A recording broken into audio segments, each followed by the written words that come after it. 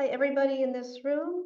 We're going to be starting on the presentation focused on rheumatology. I would like to introduce our next speaker. This is Dr. David Clemmons. He is a medical physician focusing on endocrinology, diabetes, and metabolic, and specialized in metabolic specialists at Chapel Hill, North Carolina. He comes to us today with over 48 years of experience in this medical field. He has contributed vast amounts of research and patient advocacy. He has extensive experience with endocrine disorders, osteoporosis and screening, and thyroid disorders. He is a proud graduate of the University of North Carolina in Charlotte, 1974. Let's please introduce Dr. David Clemmons.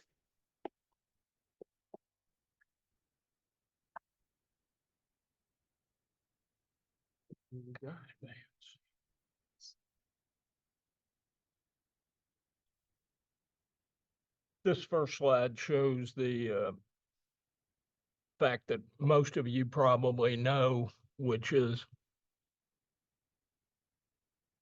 sorry, can you hear me now? Okay. Most of you probably know that joint disease is the most common comorbidity in acromegaly. Here, 118 patients were studied and 77% had joint problems. So that's what I'd like to talk about today, although I'll make a couple of comments at the end. I didn't actually prepare any slides on bone studies, but there's been some misinformation broadcast today, so I'll talk a little bit about the bone problems at the end. The joint problem can be thought of in two phases. So in the first phase, you have abnormal cartilage growth. So your cartilage thickens, and that's under the stimulation of growth hormone and IGF-1.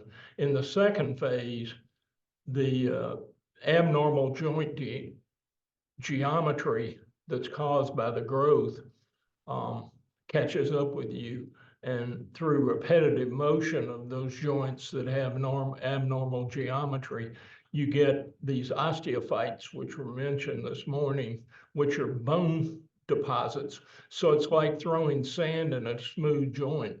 So if any of you have ever cut up a chicken, you know that these cartilage surfaces are perfectly smooth.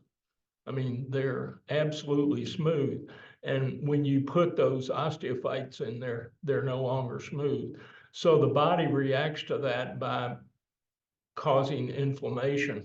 And then you have a situation that's very similar to garden variety osteoarthritis, which your grandmother probably had. And that's where, you know, you have these swollen, misshapen joints that are painful to move. And that's the later phase of acromegaly joint disease. Although by later, I mean, as you'll see from some of the studies I'm going to review, you can have that condition in acromegaly at age 40, whereas you're much less likely to get it before age 80 if you're a non-acromegalic person. So this just shows the abnormal geometry. So if you look at the cartilage thickness on the right, you'll see it's much thicker than on the left. That's a normal joint with normal cartilage on the left, whereas on the right, it's thickened cartilage. But that thickened doesn't grow in a straight line, as you can see. So consequently, you have the abnormal joint geometry, and that causes friction, which causes inflammation and all the other problems that we talked about. And this just shows it in a much more reproducible fashion. So this study, they actually measured MRI changes where you can, normally on a plain x-ray, you can't see cartilage, but on a MRI, you can see the cartilage. And here they studied it, and that's the artist's representation of what they found. So you can see it's quite thick in the bottom condyle there, and it's thicker than it is in the top, and that causes the abnormal joint geometry. Then this leads to cell death, which is apoptosis, and that leads to inflammation, and that leads to more cell death, or autophagy, which is cell destruction. And that causes, eventually, you get an inflamed synovium and actual joint space narrowing. So you start out, your joint space is wide because the cartilage is growing, and then it narrows later in life, or later in the course of the disease. So here just shows how the cartilage does not show up on the X-ray. So these are two knees, and you can see the bone is quite visualizable, but the cartilage is space there, and the space is abnormal. So if I could show you a normal knee, it would be thinner than that in the terms of the space. So this is what you see early in acromegaly, and I'll show you an example of a young person with this in a moment. Then this is what happens later. So if you look at the panel on the left, you've got joint space widening, and actually you can compare the left side of the right-hand panel, the OA panel, with the left side of the acromegaly, and you can see the difference in joint space there. Then look at the right side of the osteoarthritic primary OA patient, and you can see that there's joint space narrowing. In fact, there's actually an area where they've lost the joint space, and that's due to osteophyte formation in that space. So it looks like there's continuous bone there, but it's actually an osteophyte. So those are the phases which you go through. Then the early in the joint process, the joint space width correlates with the degree of abnormality in IGF-1 and growth hormone. So consequently, they grouped them into 3 groups here in terms of how abnormal their IGF-1 was, and then they looked at the joint space width. And the importance here is that in the early phase, treatment definitely helps treatment of the acromegaly, because it'll stop that joint space from widening and forming more abnormal geometry. But in the late stages, it doesn't matter what you do in terms of control. Once you've got joint space narrowing, then you have to treat the osteoarthritis as a primary problem. You can't treat just the acromegaly. So, well, I'll come to my recommendation what to do when you get to that point in a minute.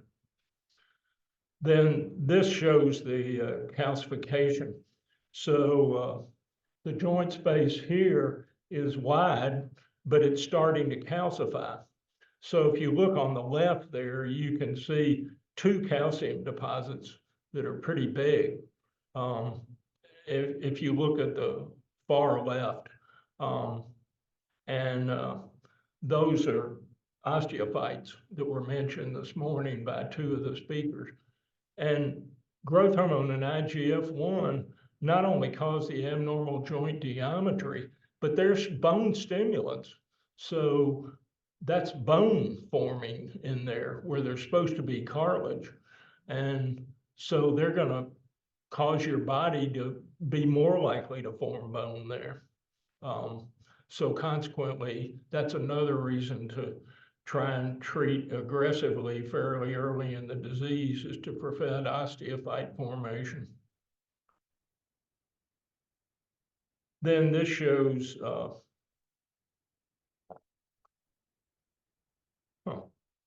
that completely changed since I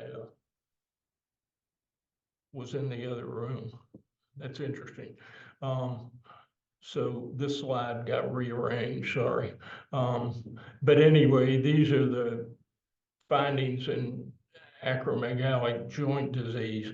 One is increased joint space diameter, which we've talked about, but late in the severe course of the disease, there's actual joint space narrowing.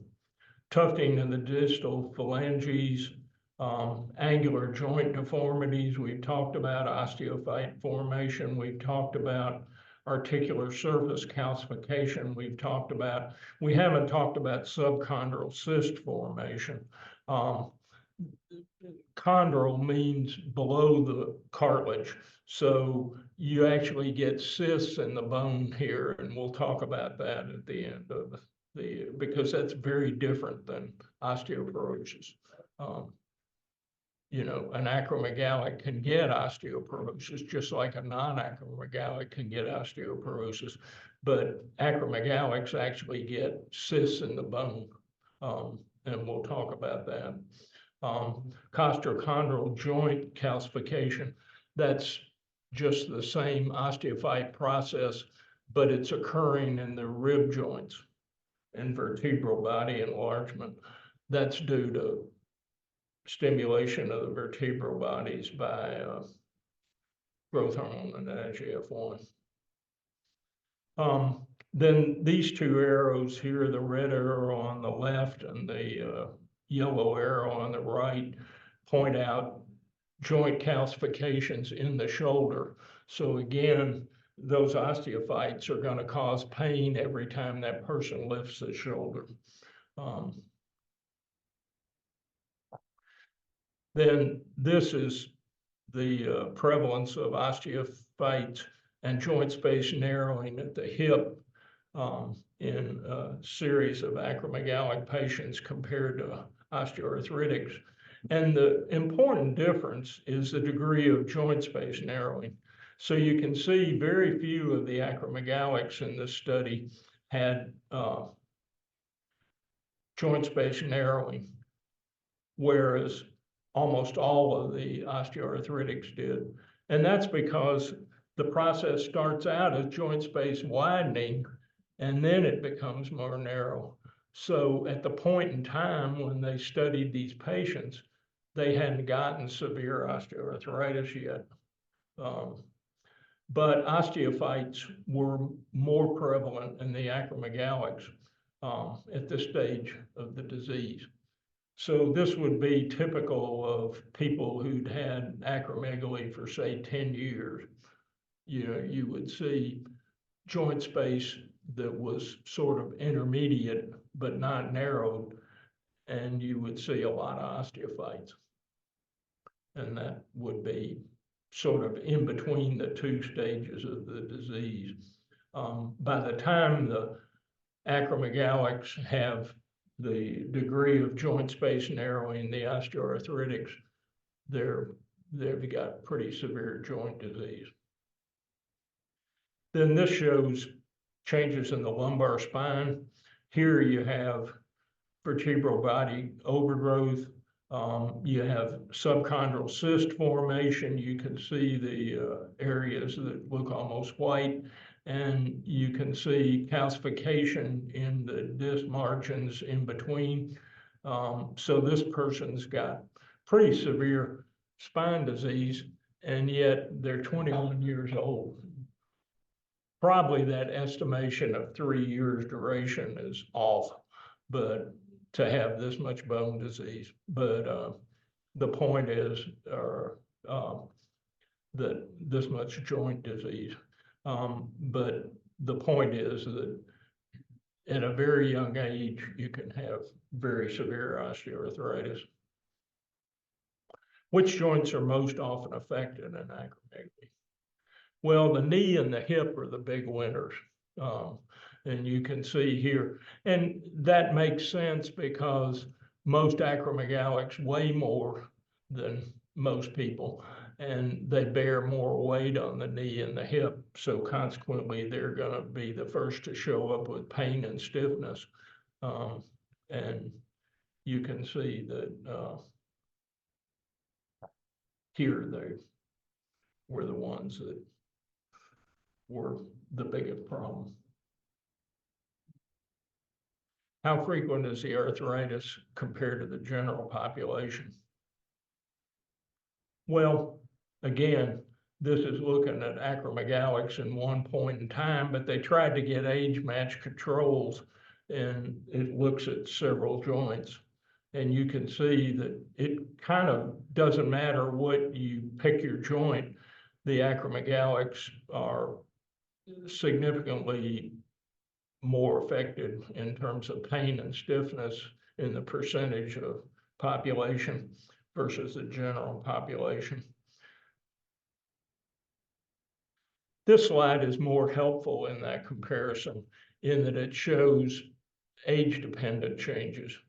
So you can see if you look at the young ages on the far left, with each joint, C-spine, lumbar spine, knee, hand, or hip, that at all the ages, young ages, there's significantly more problem in the acromegalic population than the general population. And when the controls are just people who, they weren't picked out to have osteoarthritis, so they're just randomly selected. But you can see by the time they're 75, they've almost caught up to the acromegalics, at least in terms of C-spine disease. But in terms of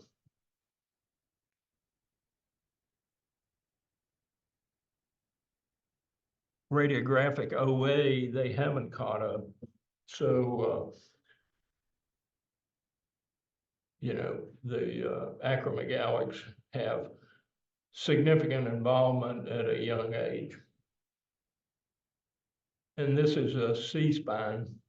And again, you can see extensive osteophytes, vertebral body width increased, joint space narrowing. All the changes are present in the C-spine film, but particularly the osteophytes. And that's going to cause significant pain in sleep, or significant pain in any neck movement. And this is the hips. And you can see now, if you look at that joint space on the right versus the left, on the left, there's a pretty decent joint space, at least if you look to the top of the left joint space there, that's the so-called acetabulum, where your hip joins your pelvis. And if you look on the right, you'll see that all filled in with white. Those are osteophytes that have actually gotten so big, they've merged into one shadow. So that joint space is almost obliterated due to osteophyte formation. So that's going to be quite painful in terms of the hip. In fact, my guess is this person's probably close to a hip replacement in terms of symptoms. Then this is in the hands. If you look at the end of the distal extremities, this is an absolutely diagnostic feature of acromegaly, that's so-called tufting. That's bone growth out there at the end of the fingers. And, if an acromegalic is lucky enough to have a hand film early in the disease state, a good radiologist would pick that up right away. But in terms of osteoarthritis in the hands, the MP joints, which is your joint where your finger joins the main body of your hand, that's the one most likely involved. And you can see that first MP joint there in the index finger, that joint space is almost obliterated in terms of calcification. So that's going to be significant pain when the person tries to bend their finger like that. And probably pain at rest without even motion. Then this is the glenohumeral joint. That's where your shoulder joints, your chest bone structure. And again, you can see in A, B, and C, significant calcification there in the joint, as well as D and E. You know, and again, that would be something the radiologist would see and comment upon. Although this isn't specific for acromegaly, in other words, any cause of glenohumeral osteoarthritis would give you this picture. Then these are the MP joints again, just showing joint space narrowing and osteophyte formation. Also, you can see distal to that, the PIP joints also involved. Then this is the thoracic spine, and you can see that that's a extensive calcification.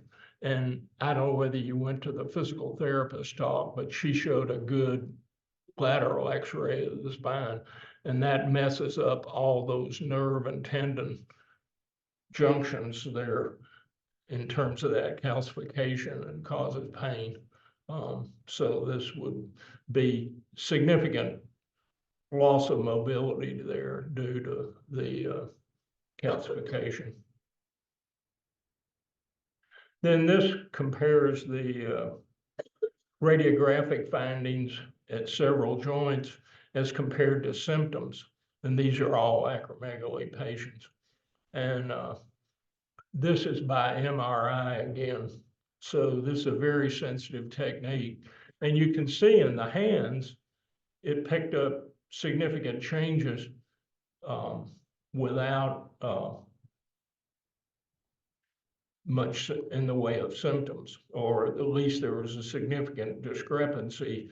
Over 80% of the patients had radiographic findings, but only about 50% had pain or stiffness. Whereas in the other joints, they were pretty much equal except the foot.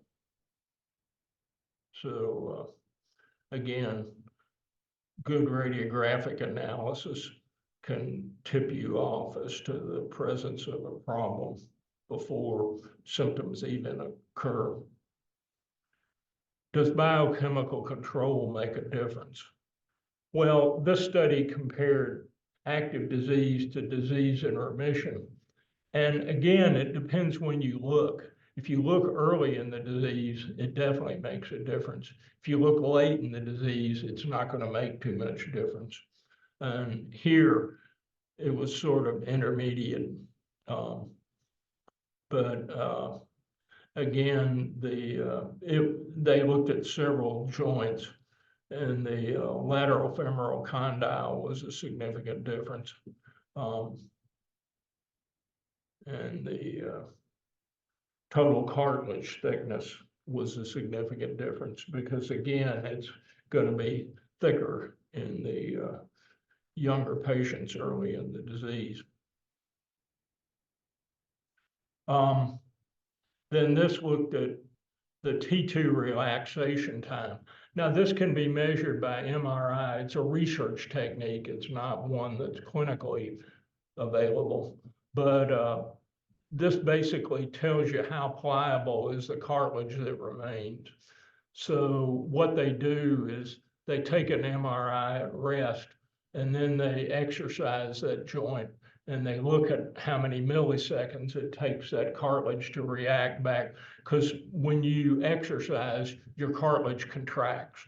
So it's basically like measuring muscle relaxation, except you're measuring this in cartilage with a sophisticated instrument. And you can see that the acromegalics were much worse than the controls in terms at every joint they mentioned or measured in terms of relaxation time.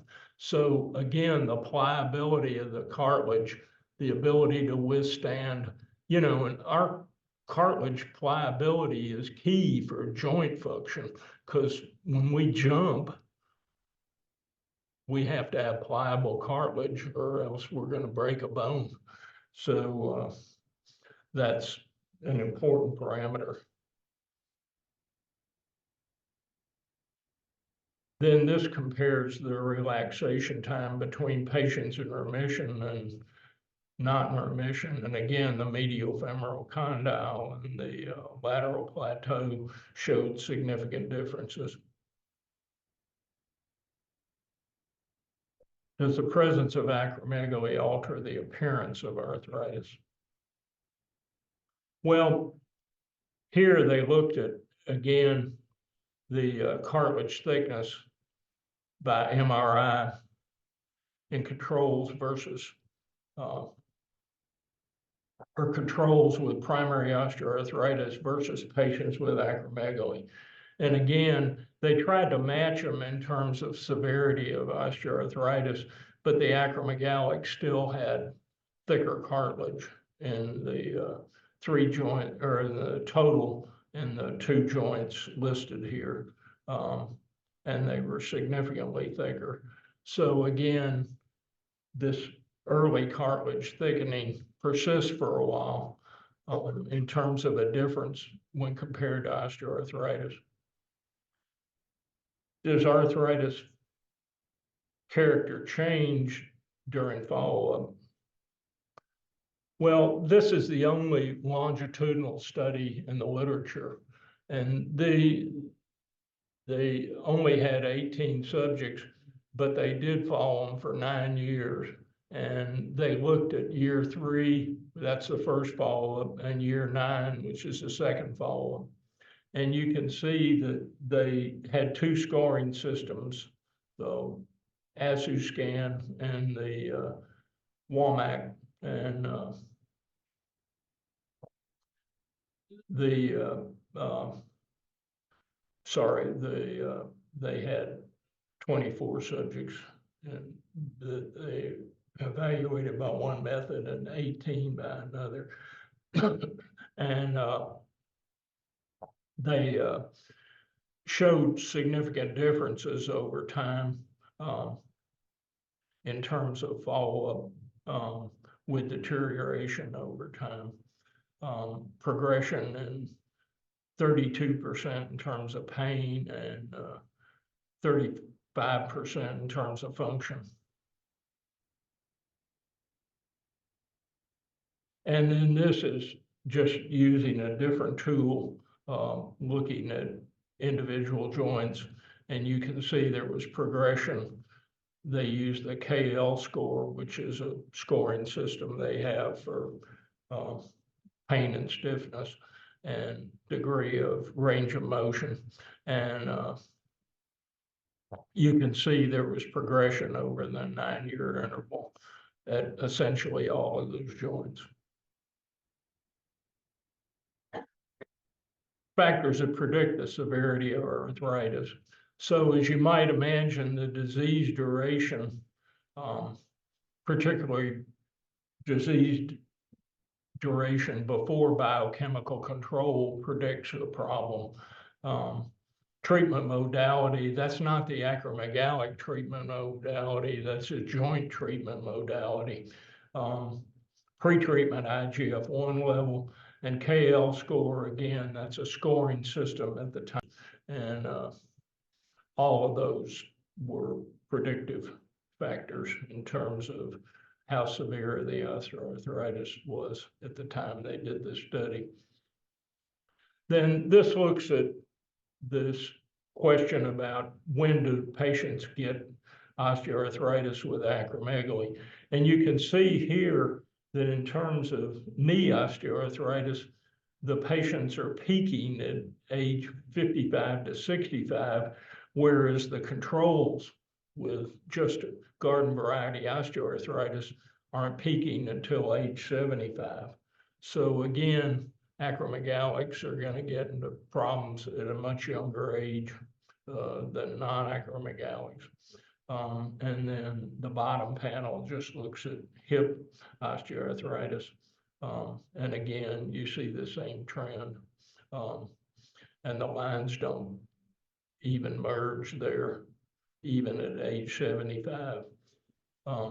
So again, when you get out there beyond the peak, beyond 55, at this point, biochemical control is not going to make any difference. So in summary, joint disease is a common problem in acromegaly. Biochemical control and duration of before diagnosis are important predeterminants of the degree of symptoms and the disability. Once arthritis is set in, symptoms may not correlate with biochemical control.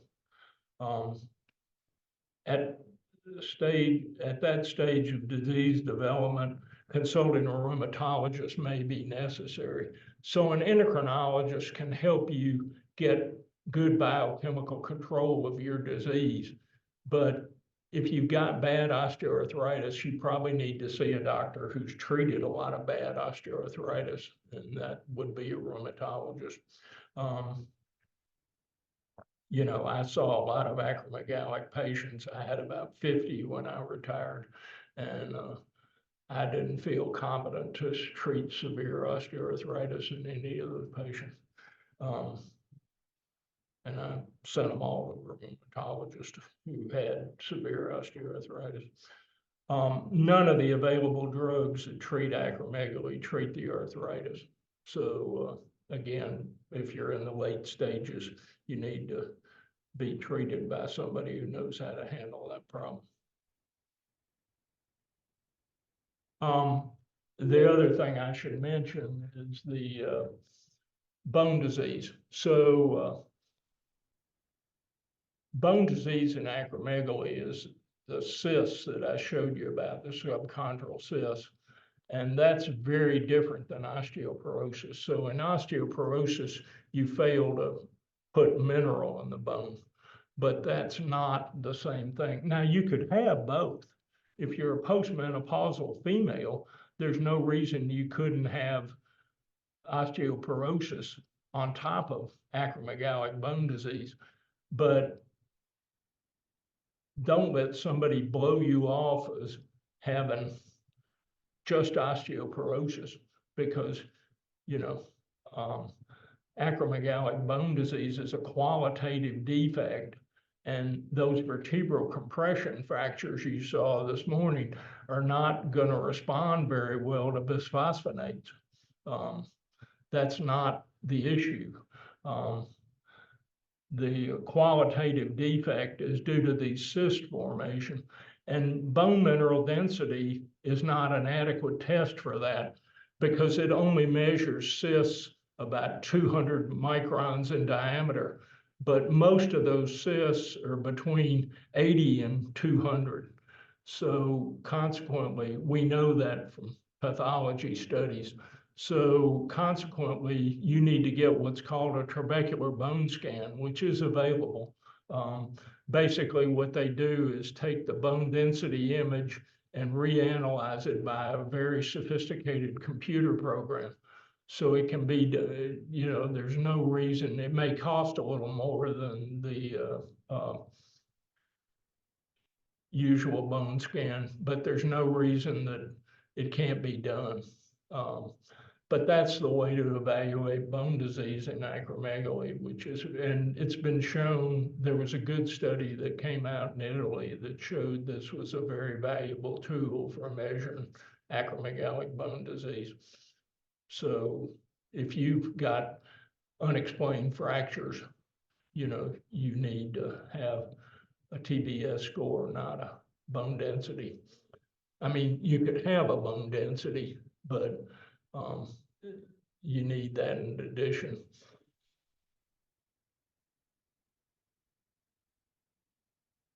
So that's all I have. I'll take any questions.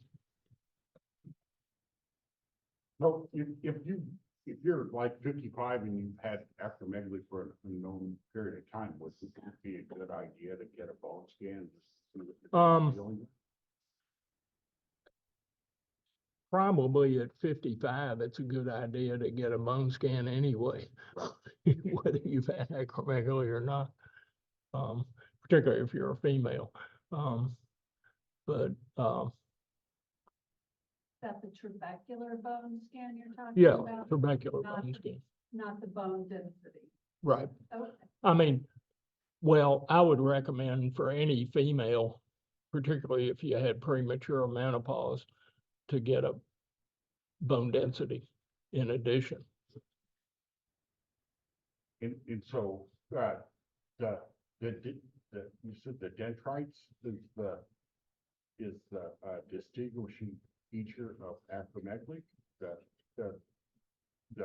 when osteobites, Yes, that's the distinguishing. well, the number of osteophytes at a young age, yes.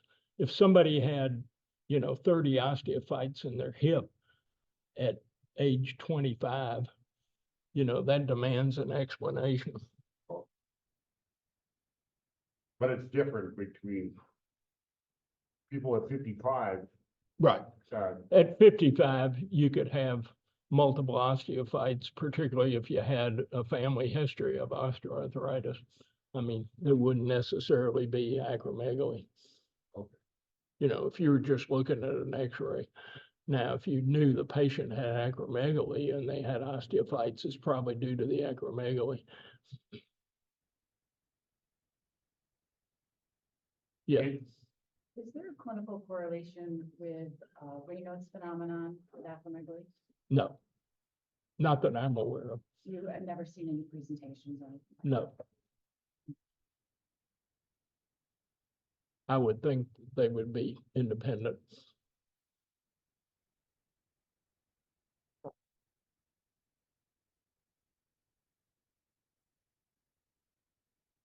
Okay, well. Got a little extra time.